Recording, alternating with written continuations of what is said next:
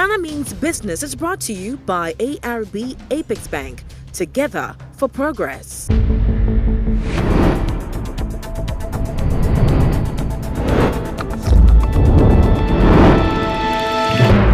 Ghana Means Business.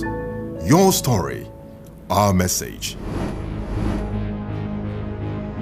The establishment of the University of Ghana Medical Center, UGMC, was conceived by the Faculty and Administration of the University of Ghana.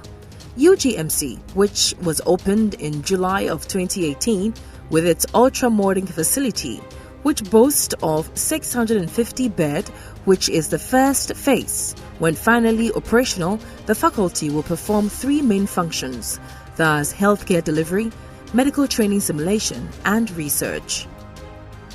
The government of Ghana, due to the impact of COVID-19 pandemic, decided to use UGMC as a quarantine center to help in the fight against COVID-19. Welcome to Ghana Means Business, your apolitical, factual, unbiased, and most well-rehearsed television program that presents the business, investment, and financial issues in Ghana today. Coronavirus will not only have a major health crisis, but will have a major economic impact in terms of our economy. Our ability to control, to sustain, and build up our recovery systems through our health delivery will have a major impact on foreign direct investments, the achievement of our growth targets, and our country's economic sustainability. We are honored to have with us today the first ever Chief Executive Officer of the University of Ghana Medical Center, Dr. Darius Kofi-Osei, and Dr. Godfrey Chechi, who is the Senior Emergency Medical Specialist at the University of Ghana Medical Center, to discuss the steps, the resources, the equipment, the medications, the test kits, the recovery rates, and the major impact of the University of Ghana Medical Center in our quest, our fight, our determination to fight COVID-19. Please stay tuned and enjoy the discussion for you this morning. This has been your host, Nana Fredua Ajimai Pambo.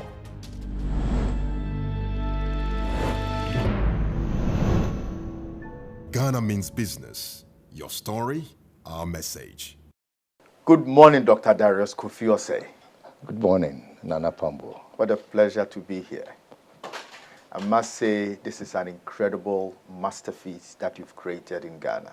The UGMC Medical Center is indeed a state-of-the-art place to be. Well done. Thank you, Nana. Doctor, tell us about the UGMC. How is it set up? What is your mission? What are your objectives? What kind of infrastructure do you have?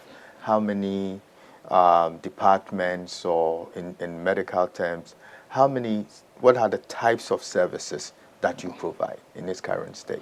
Well, the vision is to be a distinguished, for world-class patient care, research and training. That is the vision. Is it affiliated with the University of Ghana Medical School? Yeah, the University of Ghana and the government of Ghana are shareholders. Okay. Yeah, that is. And it is committed really in providing a premium healthcare by highly motivated, skilled, through innovations in integration. That is the quaternary care. What is quaternary care? Quaternary is above tertiary. Now, if you recall, we used to have internalists, that is a physician specialist who is trained to take care. Now we have doctors in charge of maybe diabetics, that is endocrine. We have doctors in charge of gastro. So we have gone beyond the generic into narrow specialties, and that is what quaternary means. Okay. That is subspecialties. Okay. Right. So very important. So the main objective of establishing this is to get service, that's giving medical care, and then research, and then training of medical personnel. And the training also will focus more on specialists. So when you have the first line, that is the directors. So we have the director of medical affairs, for instance, who will be in charge of the clinical services, director of finance, and then operations, director of simulation and training, and I mean the various sectors, and then make sure that they have the appropriate protocols, and then all these things must be done in a manner that you don't compromise the meaning of the establishment of the facility. So in terms of infrastructure, what do you have here? Infrastructure, you can see that the buildings here, we're supposed to have 8 buildings. Building 1 is where we have the diagnostics. That is, we have the diagnostics, means the laboratory, the photo imaging section. We have the theaters. We have the ICU, that is an intensive care unit. We have the CSSD, that is the sterilization and other places. That's the building 1. Okay. Building 2 is the mother, the women and children. That's building 2. Okay. Yeah, and then building 3, where we have the administration block and then the outpatient department on the ground floor. And then we have the building 6, that is where we're sitting now. Okay. This is the training and simulation center. It's a masterpiece. Yeah, it is. It is. And then we have building 5, that is the trust towers, where we have the medical and surgical block to be completed in the second phase. And then we have the building 7, that is a housing unit for the various persons who may come for training here. We made this training school is open to the whole country. So for instance, if Tamale Teaching Hospital wants to come and do training simulation, you can have a place for the students to stay overnight, or great. As long as they are here. Building 8 is staff accommodation for core staffs who will be working, and it's in phase 2. Okay. And that one is not yet done. We're expecting to be handed over in June 2021. Doctor, the issue of the day, the scourge of COVID-19. Now, the government of Ghana has designated the University of Ghana Medical Center as a COVID-19 quarantine center. How prepared, how equipped, how resourced, well-resourced are you to undertake this national responsibility? Yeah, I think when we were mentioned to be used for treatment for COVID-19 patients, it was something we needed to embrace, because it's all about healthcare. And what do you do? First of all, this is you have to encourage your staff, because most people didn't embrace it fully. And so leadership was very important here. I needed to exhibit this leadership strength by encouraging my staff, inviting personnel from Noguchi to train our staff here, and then making sure that training in terms of safety, how to don the PPEs, how to doff them, and how to... So we did this long before we started getting patients. We also visited the Ga East. That is the place that had been also designated for treatment of COVID-19 patients. They had started earlier. So the doctors and the nurses all visited the place, just to give them some confidence that after all, some people are already doing it, so we can do it. And then again, we observe the patient experience and then the processes that staff had to go through. Just when we had finished this preparation and demarcated our areas into high risk and low risk areas, we were called that we're getting 26 patients. Wow. That is those who had tested positive after they were discharged from the hotels. Okay. You recall that there was a compulsory quarantine of about 1,030 persons who came from abroad. That is true. And then those who tested negative in the beginning were tested again, and then 26 of them were positive. So we got our first patients, that's the 26 patients. And then we also got some few in the ICU. And really, because we were prepared, we managed them and then discharged the first 18 after 9 days, and then just 2 days ago, the rest. But we are getting some more. And that's new cases. Yeah, new cases are coming from the National Task Force. They bring them to us. So as I speak to you, we have 15 patients who we are managing.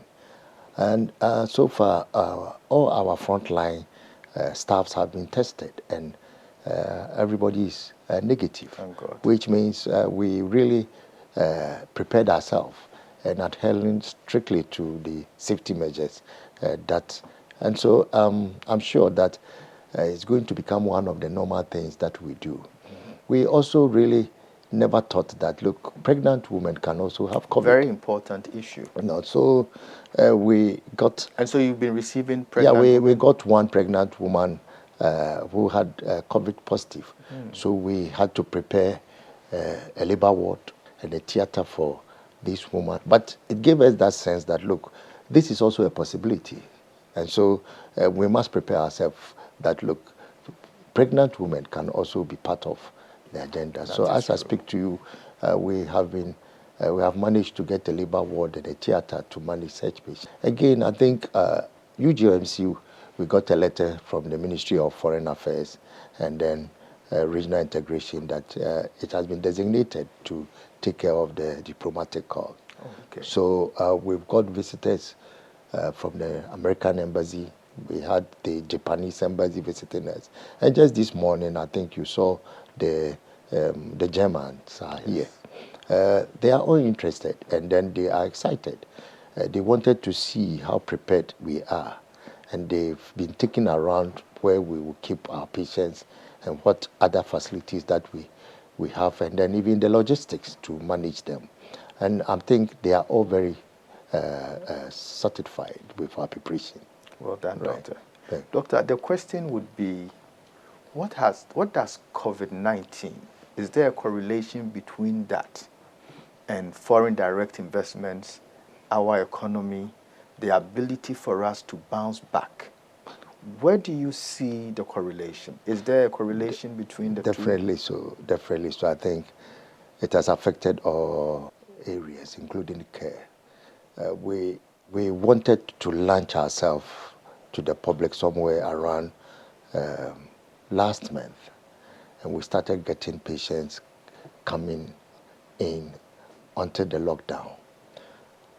And then all of a sudden, we realized that we are not giving the pregnant women who were coming for antenatal clinics stop coming.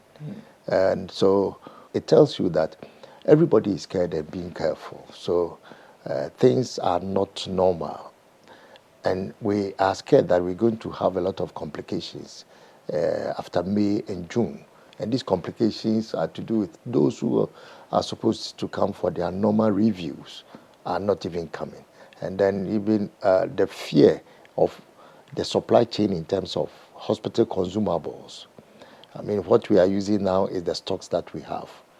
How are we going to continue getting the supplies? Because most of the items we use are all imported items. So, Doctor, on the technical side of COVID, right, what exactly is this coronavirus? Right. On this question, I think I would not behave like I'm a master of all. Okay. I will ask that my technical person trained to educate the public about COVID will join us, and then you can ask him all the technical questions relating to COVID-19. I'll be very grateful. And he's in the person of Dr. Godfred Techi, who's been trained to educate the public about anything that you want to know about COVID-19. I'll be most grateful. Right.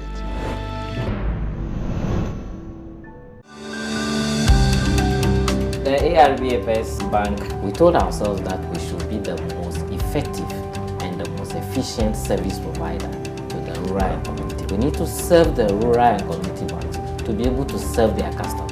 ARB Apex Bank, with a network of 144 rural and community banks, RCBs, make up the largest network of banks in Ghana. We are everywhere, and so the preferred choice. Visit an RCB in your community. ARB Apex Bank, together for progress.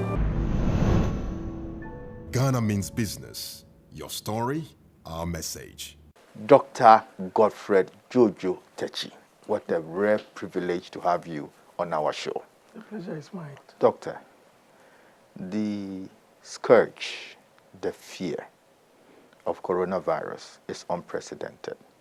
So for a patient walking through your doors who has COVID-19, what are the typical actions, or what would you normally do when a patient walks in? Okay, thank you for this question. Normally, since we're designated as a treatment center, we get calls. So we get a call from the national team or from any other private facility who has gone through the national. Then the call comes that we have a patient confirmed, as in they have done the test, and the test has come positive for COVID-19. So we prepare.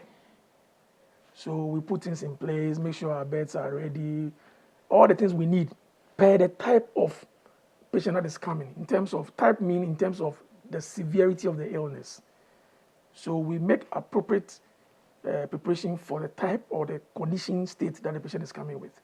So when the patient comes in, we review, receive, admit, start our treatment, and we continue that every day. Doctor, why is this virus so deadly? I mean, we've had everything. HIV, Ebola, SARS, MERS, all the things you've spoken about. What makes this particular virus so dangerous? What is it about it? Okay. It's a new virus. And with all new microorganisms, the hit is hard. We don't have any immunity against it, okay? And the way it spreads, when you look at the way we live our lives, we are social animals. We interact, we touch each other, we hug, we shake hands. And if you study the way the organism spreads or the virus spreads, you say when someone coughs or sneezes, we all say, when someone sneezes, we say, bless you. So until this, when someone sneezes, we say, bless you. We don't move away. So because we didn't know all this, and we're still doing them, our way of life, our culture, actually aided the spread of the virus. For lack of a better word, I want to play a game with you. Okay. And this game is based on either just a yes or no would even do, so that our cherished viewers, the majority of Ghanaians watching us, and the world will get to know what is a myth and what is the truth. Because due to the misinformation, there's a lot of confusion. The first question, doctor, is, does exposure to the sun or residing in regions that are very warm and hot prevent the coronavirus disease or COVID-19? The first thing I would say is that it's not true, because we are in Ghana. We have a lot of sunshine. So it is not true? It's not true. Second question, can one recover completely from the COVID-19? Yes, you can recover, but you are not out of the woods. You must still maintain social distancing. Question number 3, doctor. Okay. Yes. Does holding your breath for 10 seconds or more without coughing or feeling any discomfort mean you are free from the COVID-19 or any other lung disease? No. Does drinking alcohol protect you against COVID-19? No, sir. Doctor, no, hold on. I've been drinking a lot of single malt whiskey lately. Are you saying that it hasn't provided any defense whatsoever? My answer is still no, it will not protect you. Does taking a hot bath prevent the coronavirus? No. Can the coronavirus be transmitted through mosquito bites from an infected person? No. Are hand dryers effective in killing the coronavirus? No, please. How about eating garlic? Does it prevent the coronavirus? No. Doctor, before you leave your house, is it mandatory? Is it a requirement for your own safety to wear a protective gear like what I have on? Yes, now the recommendations for everybody to wear masks. Let me just give a little information about the masks. The reason why we advise for mass adoption of masks is that there is a group who are called asymptomatic, as in they don't have fever, cough, muscle ache, loss of smell or taste or diarrhea or sore throat. They are fine, but they may have the virus. Everything is normal with Everything them. is normal. They don't even know they have the virus. And they are infecting others. These people can cough, and if you have time when you talk, some saliva can come out. So if this cough or saliva falls on surfaces and anyone touches, it may be spreading. So if we are all wearing a mask, whatever someone has will stay with the person. Or even if all doesn't stay, what comes out is less. Then it becomes protective for everybody. So with the mask, if only few people are adhering to the mask, it's useless. But if everybody is wearing it, we are protecting ourselves. So if you are asymptomatic and your body can handle the virus, with time you get better. And others who don't need to get it, don't need to get it. Back to my game, doctor. Yes, sir. Can traditional herbs cure coronavirus?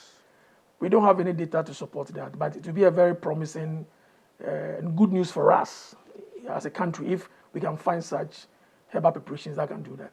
At the moment, there's no evidence to that. Can we develop immunity against coronavirus? Okay.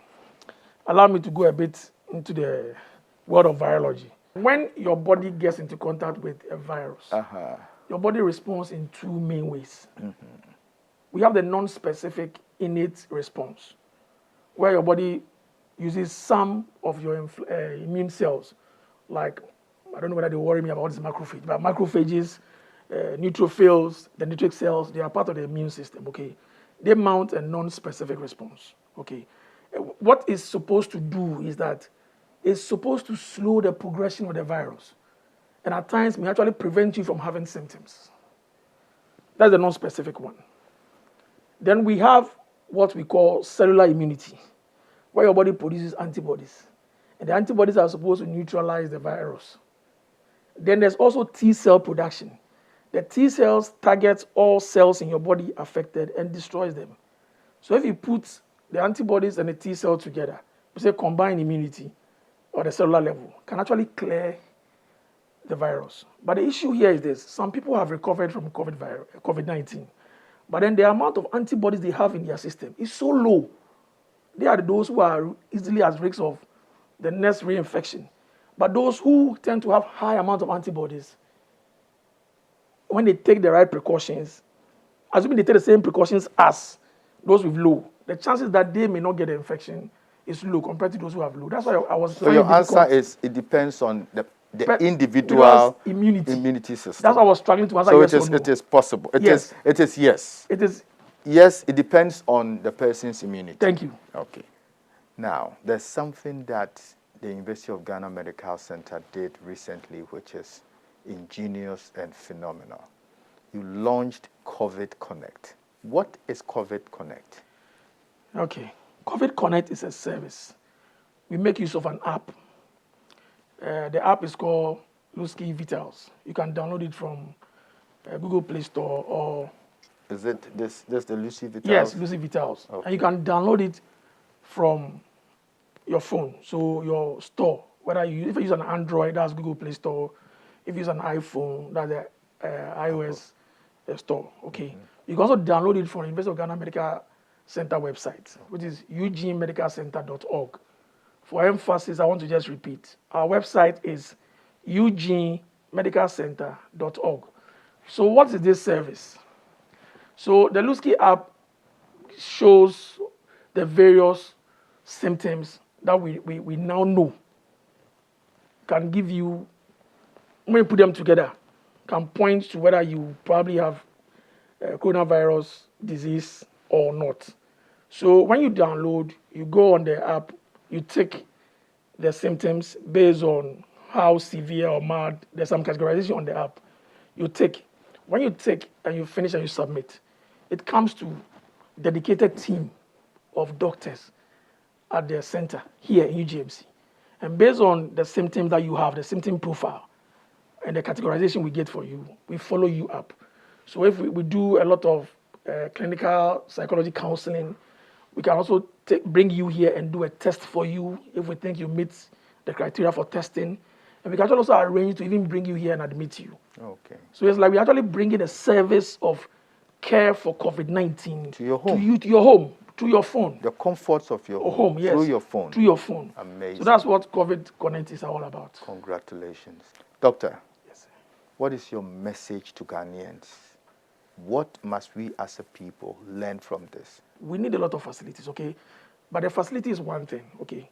We need to get the right people trained to deliver the service. Absolutely. So that's the next one. And the third one will be the people should be motivated.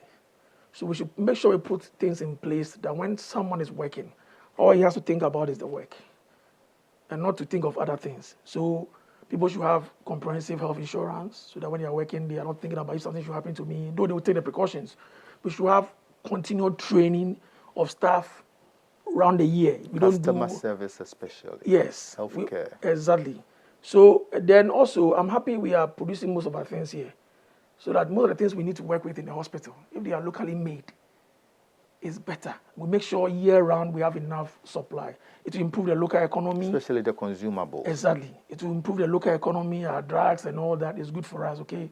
So going forward, for the pandemic, now we've been hit with COVID-19.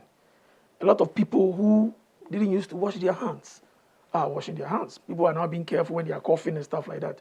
So my prayer is that going forward, these are going to be part of what we call our new culture. People are becoming more innovative. We've all been following the news. People coming up with nice ways of putting up simple things we have you can use to wash your hands without touching and all that, which for me, it really gives a lot of credence to what we all see. Necessity is a matter of invention, okay? So I'm very happy. And I'm very happy the way Ghanaians have accepted to adhere to the safety and preventive measures. I know a few people may not be taking it serious. So I'm appealing to them. They should take the preventive and safety measures very serious. Because when we reduce the rate of infection, it means we are going to reduce the workload on doctors and nurses and another category of staff involved in the care of COVID-19. And when that happens, it means once we are not overwhelmed, we will not make mistakes that will expose us to. So my life is in your hands. Protect yourself so that I'll be protected. Thank you. Thank you. And well said, Doctor.